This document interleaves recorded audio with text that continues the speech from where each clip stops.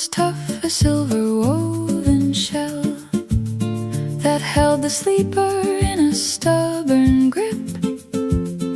And through the glass the man could plainly tell the struggle made the tiny spirit slip. He watched the frantic beating of the frame, the desperate push against the narrow wall, and felt a surge of pity for the name of a creature that appeared so very small. He took a blade with edge of sharpened light to ease the burden of the heavy climb, and carved a path to help the coming flight before the ending of the measured time. The casing fell away like withered leaf, and out the velvet traveler finally stepped, finding a moment of a quick relief, while the shadow of the garden softly slept.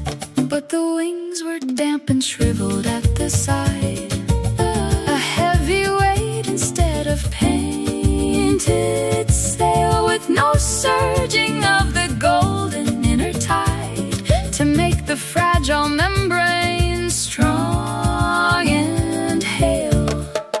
The man sat back and waited for the rise, for the snapping of the colors in the air, to see the beauty find the open skies and leave the hollow casing empty there. But the effort of the brake is where the power is pumped from heart to every distal vein.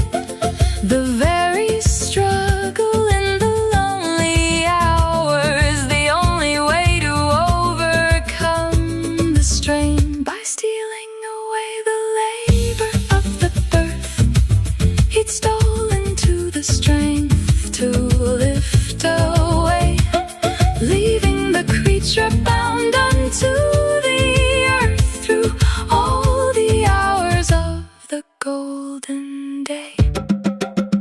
It crawled across the dirt with heavy feet, a ghost of what it was supposed to be, unable now to find the nectar sweet or touch the branches of the willow tree. The man looked down with sorrow in his eyes at the ruin that his kindness had begun.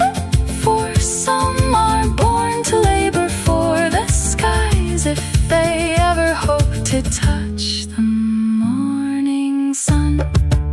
He learned that mercy isn't always grace, and if it stops the heart from finding its own might, or robs a soul of the difficult, lonely race that prepares the heavy wings for sudden flight.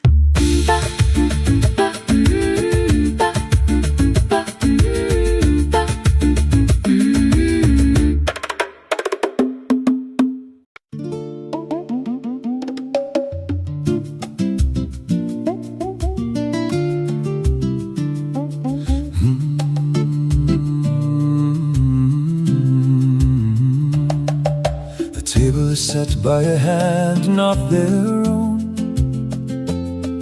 where seeds of true hunger are never quite sown.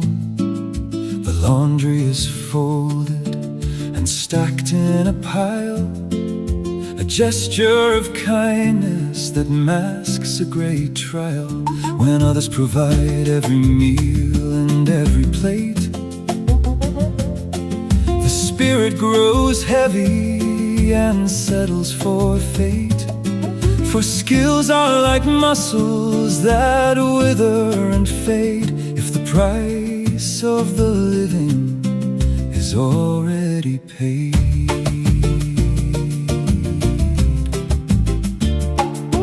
The checkbook is managed by a guardian's pen, so the banking remains like a dark hidden den. No knowledge is gained of the value of gold when the story of spending is kept and is told. To manage a budget is a labor of soul that gives to the person a sense of control.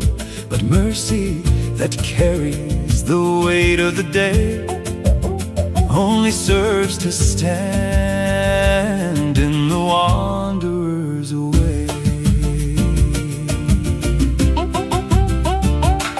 A group home can turn to a velvet-lined cage where growth is arrested on a static stage.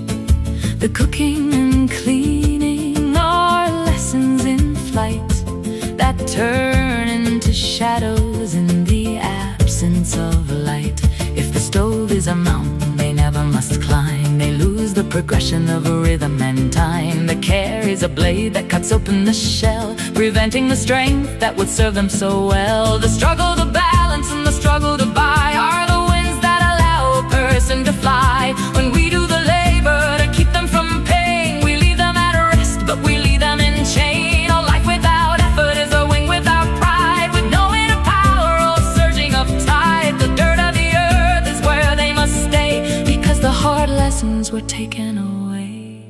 So let there be heat and the toil of the task, and let them wear skin rather than a soft mask. For dignity lives in the sweat of the brow, in learning the way and in learning the how. To foster the power to stand and to lead, one must allow for the struggle and need. True grace is the wisdom to step to the side and let the soul find its own strength as a guide. The labor of living is the path to the sun, a race that the spirit itself must have run.